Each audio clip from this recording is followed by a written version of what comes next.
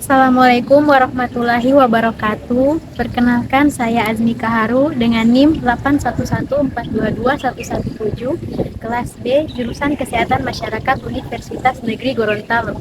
Saya di sini ingin memenuhi tugas dasar kesehatan lingkungan yang diampu oleh Bapak Tri Septian Maksum SKM MKes. Baik, saya berada di sini untuk membahas tentang kualitas perumahan pada permukiman informal bantaran Sungai Mahakam di Kampung Wisata Tenun Samarinda Seberang, Kalimantan Timur.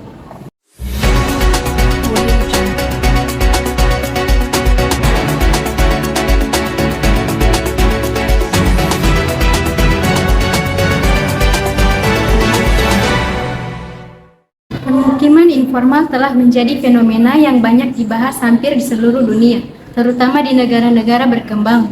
Permasalahan permukiman informal tersebut sering kali berkaitan dengan kualitas perumahan yang buruk. Tidak dipungkiri bahwa pemukiman informal merupakan lingkungan yang pertumbuhannya tidak terkendali oleh pemerintah, sehingga banyak berkembangnya pemukiman informal yang jauh dari standar pemukiman layak huni.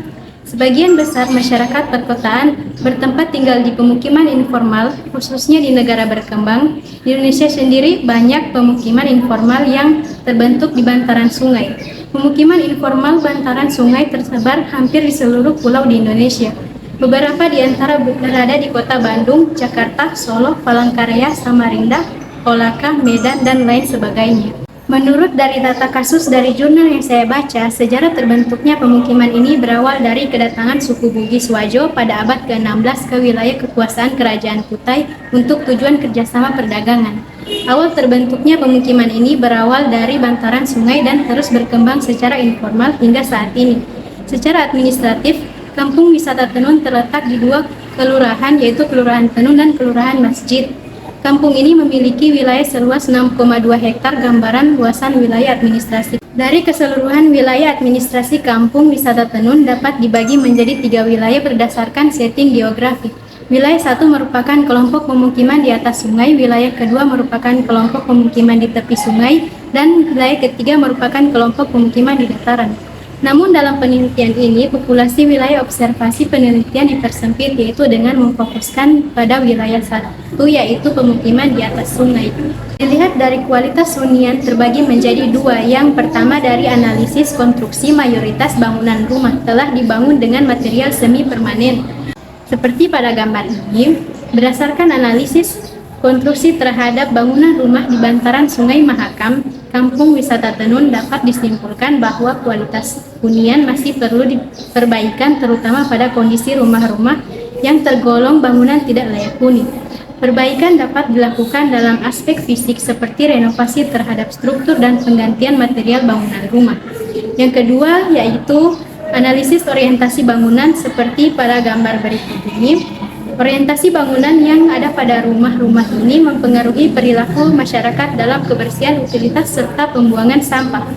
Perilaku ini terutama terjadi pada rumah-rumah yang berada di atas sungai dan berorientasi pada jalan lingkungan serta sungai yang terletak jauh dari dataran.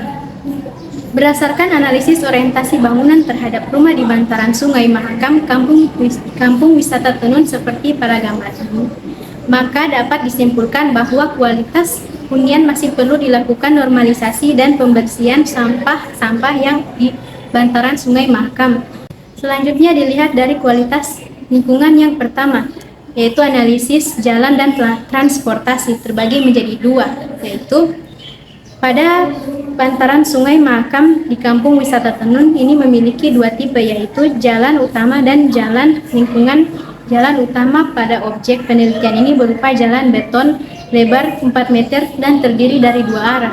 Jalan lingkungan berupa jalan dari kayu ulin dengan ukuran lebar 1-2 meter. Jalan ini tergolong cukup sempit namun difungsikan 2 arah dan perlu bergantian saat melewatinya.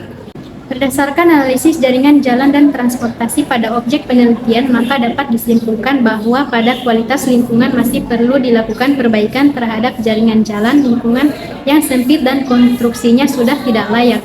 Sedangkan untuk jalan utama tidak perlu dilakukan pelebaran jalan karena melihat dari fungsi jalan yang tidak selalu sentral dan tidak terjadi kemacetan. Yang kedua yaitu analisis aksesibilitas terhadap fasilitas umum terbagi menjadi dua, yaitu fasilitas area komunal dan keagamaan.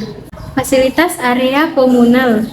Kawasan hantaran Sungai Mahakam di Kampung Wisata Tenun ini hanya memiliki satu fasilitas bangunan komunal, yaitu berupa bangunan KWSS atau Kerukunan Wanita Samarinda Seberang.